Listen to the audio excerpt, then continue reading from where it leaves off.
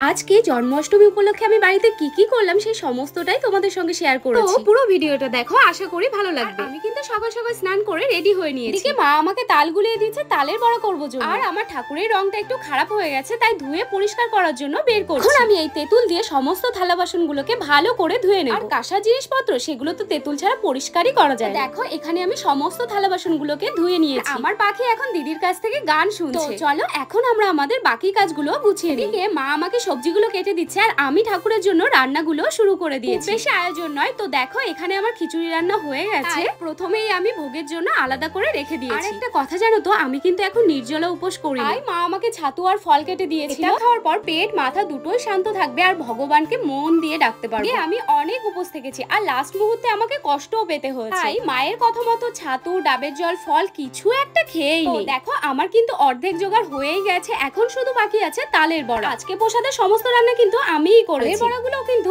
অনেক সুন্দর হয়েছে। অন্যান্য রান্নার সঙ্গেও এইসব পিঠে পুলিও অনেক ভালো বানাতে পারি। কলা পাতাটাকে থালায় সাজানোর জন্য আমি গোল করে কেটে নেব। থালায় ডাইরেক্ট খাবার রাখার থেকে কলা পাতায় রাখাটাই বেশি ভালো মনে হয়। এখন আমি চলে এসেছি কয়েকটা তুলসী, দূর্বা, বেলপাতা নেওয়ার জন্য। আমাদের বেল গাছটা এত বছর কোনো ফল দেয়নি, কিন্তু এবছর একটা ফল দেখতে পেলাম। বাড়িতে গোপাল নেই। আমি বিয়ের আগে কোনোদিন কৃষ্ণের পুজো করি। পুজো করার সঠিক নিয়মও জানি না, কিন্তু এটা জানি যেটুকু করি মন থেকেই করি। আমি বিশ্বাস করি মন থেকে ডাকলে ভগবানকে যে কোনো সময় যে কোনো পরিস্থিতিতেই পাশে পাওয়া যায়। তাই লোক দেখানোর থেকে নিজের প্রতি আত্মবিশ্বাস রাখো, তাহলেই সব সমস্যার সমাধান। দেখো তোমাদের সঙ্গে কথা বলতে বলতে আমি পুজো করতেও বসে গেছি। আমার পুজো কিন্তু প্রায় শেষের মুহূর্তেই বললে চলে। তোমরা যারা আমার ভিডিওটা লাস্ট অবধি দেখছো তাদের কাছে আমার একটা উত্তরই জানাচ্ছি, কি আমার মতো সব ভগবানের উপরেই বিশ্বাস রাখো? আমি তো মনে করি ভগবান গুড পাওয়া যেটাই বলো সে একজনই, যে যার মধ্যে খুঁজে পায়। ফাইনালি আমার পুজো দেওয়া কমপ্লিট। আজকে মনে হয় আমি তোমাদের সবার আগে পুজোটা সেরে নিলাম। আমি এটা ভেবো না, আমার মেয়ে এত শান্ত যে কারণে আমাকে সকাল সকালই পুজোটা সেরে নিতে হলো।